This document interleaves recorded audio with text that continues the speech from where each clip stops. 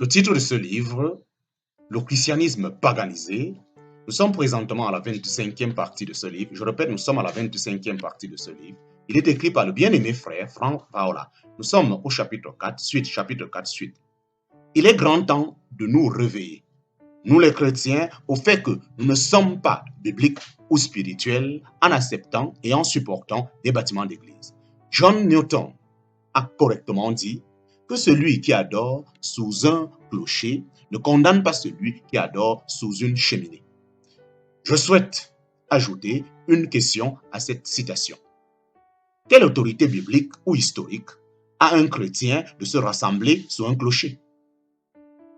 Que les chrétiens dans les maisons particulières érigées par âge apostolique du culte est inadmissible, comme le sauveur du monde est né dans une écurie et est monté au ciel d'un montage, ainsi ses apôtres et leurs successeurs vers le bas du IIIe siècle prêchent dans les rues, les marchés sur des montagnes, dans des bateaux, des sépulcres, des cavernes et des déserts, et dans les maisons de leurs convertis. Mais combien de milliers d'églises et de chapelles douteuses ont été depuis construites et sont constamment établies dans toutes les régions du monde à l'honneur du Rédempteur crucifié, qui en jour de son humiliation n'a eu aucun endroit de ses propres pour reposer sa tête. Aucun endroit de ses propres pour reposer sa tête. Fin du chapitre. Fin du chapitre 3. Je répète, nous étions au chapitre 3, pas au chapitre 4. Fin du chapitre 3 de ce livre appelé Le christianisme paganisé. Fin du chapitre 3. Nous entrons présentement dans le chapitre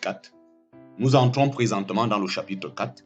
Chapitre 4, le pasteur. Chapitre 4, le pasteur, voleur de fonctionnement de chaque membre. Le pasteur, voleur de fonctionnement de chaque membre. Chapitre 4, le pasteur, voleur de fonctionnement de chaque membre.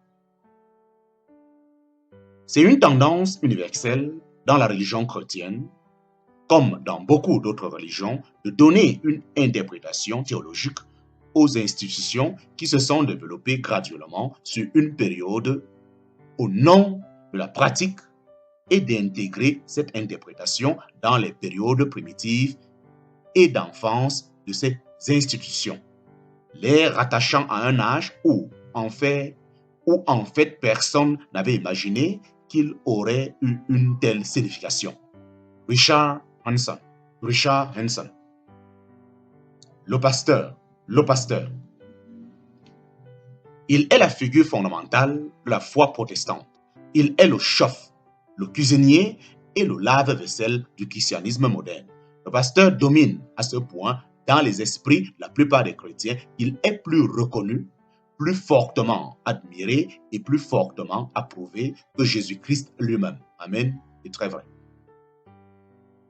Retirer le pasteur et le christianisme moderne s'effondre. Retirer le pasteur et pratiquement chaque église protestante est jetée dans la panique.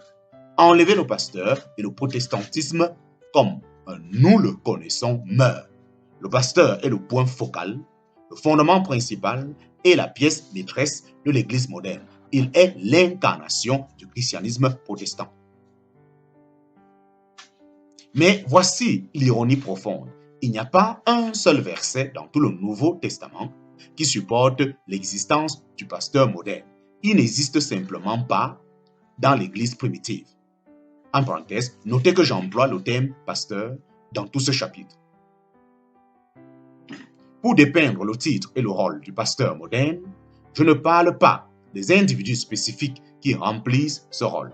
Généralement, ceux qui servent sous le titre de pasteur sont des personnes merveilleuses. Ils sont des chrétiens honorables, décents et souvent doués qui aiment Dieu et qui ont un ardeur pour servir son peuple. Mais c'est le rôle qu'ils accomplissent que les Écritures et l'histoire de l'Église contredisent. C'est ce que ce chapitre montrera.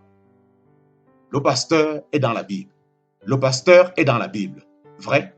Le pasteur est dans la Bible. Vrai? Le terme pasteur apparaît dans le Nouveau Testament 2 fois. Et il a donné les uns comme apôtres et les autres comme prophètes et comme évangélistes et comme pasteurs et docteurs, en parenthèse, Éphésiens chapitre 4, verset 11.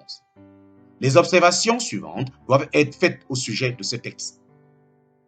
Ici est le seul verset du Nouveau Testament où le terme pasteur est employé. Un seul verset est une preuve maigre sur laquelle on puisse fonder la foi protestante au complet. À cet égard, il n'y a plus de support biblique pour la manipulation du serpent qu'il y en a pour le pasteur moderne.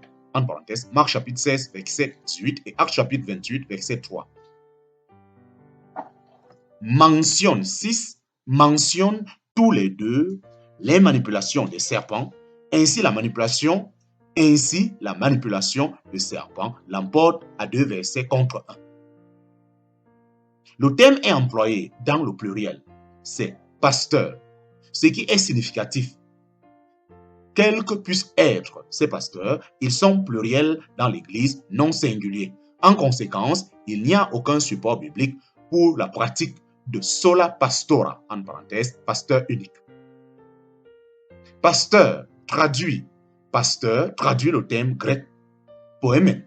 Il signifie berger. En parenthèse, pasteur est le terme latin pour le berger. Le pasteur, donc, est un métaphore pour décrire une fonction particulière dans l'Église. Ce n'est pas un office ou un titre. Un berger du 1er siècle n'avait rien à voir avec le sens spécialisé et professionnel qu'il a revêtu dans le christianisme moderne. Par conséquent, Éphésiens chapitre 4 verset 11 ne dépeint pas un titre pastoral, mais uniquement un rôle de plusieurs fonctions dans l'Église. Les bergers sont ceux qui fournissent naturellement la nourriture et les soins aux brebis de Dieu. C'est une erreur profonde, donc, de confondre des bergers avec un office ou un titre comme c'est généralement le cas aujourd'hui. Tout au mieux, ce texte est oblique. Il n'offre absolument aucune définition ou description de ce que sont les pasteurs. Il les mentionne uniquement. Regrettablement, nous avons rempli ce thème de notre propre concept occidental de pasteur. Nous avons intégré le concept moderne du pasteur dans le Nouveau Testament.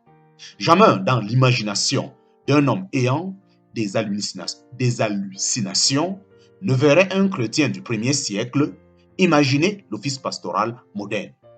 Les catholiques ont fait la même erreur. Avec le terme prêtre.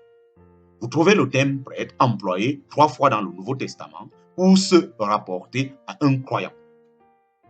Pourtant, un prêtre dans l'Église primitive n'avait rien de l'homme qui s'habille en noir et qui porte un collet renversé. Richard Hanson fait le point quand il dit « Pour nous, les mots évêque, prêtre et diacre sont stockés avec les associations de presque 2000 ans.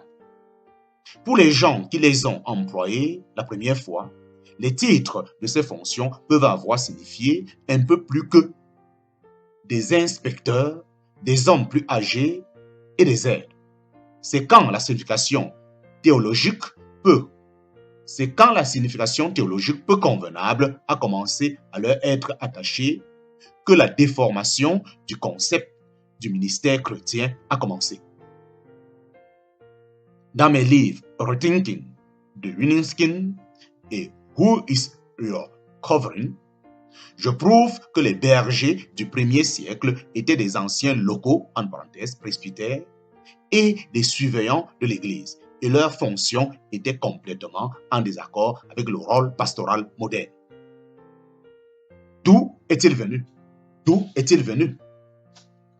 Si le pasteur moderne était absent de l'Église primitive, d'où est-il venu? Et comment est-il élevé à une position aussi importante dans la foi chrétienne? C'est un conte douloureux dont les racines sont embrouillées et complexes. Ces racines remontent à la chute de l'homme. Avec la chute est venu un désir implicite chez l'homme d'avoir un chef physique sur lequel ils puissent s'approcher de Dieu. Pour cette raison, les sociétés humaines à travers l'histoire ont constamment créé un caste spirituel spécialisé d'icônes religieuses. Le charmant, le chaman, le rhapsodite, le faiseur de miracles, le sorcier, le divin, le sage homme et le prêtre ont tous été avec tous depuis la bourbe d'Adam. L'homme déchu a toujours eu le désir d'ériger un caste sacerdotal particulier qui soit spécialement doué pour solliciter les dieux en son nom. Cette quête est dans son sang. Elle vit dans les moelles de nos os. En tant que créature déchue, nous cherchons une personne qui soit dotée de pouvoirs spirituels particuliers. Et cette personne se démarque toujours par une formation spéciale, une tenue particulière, un vocabulaire spécifique et un mode de vie exceptionnel.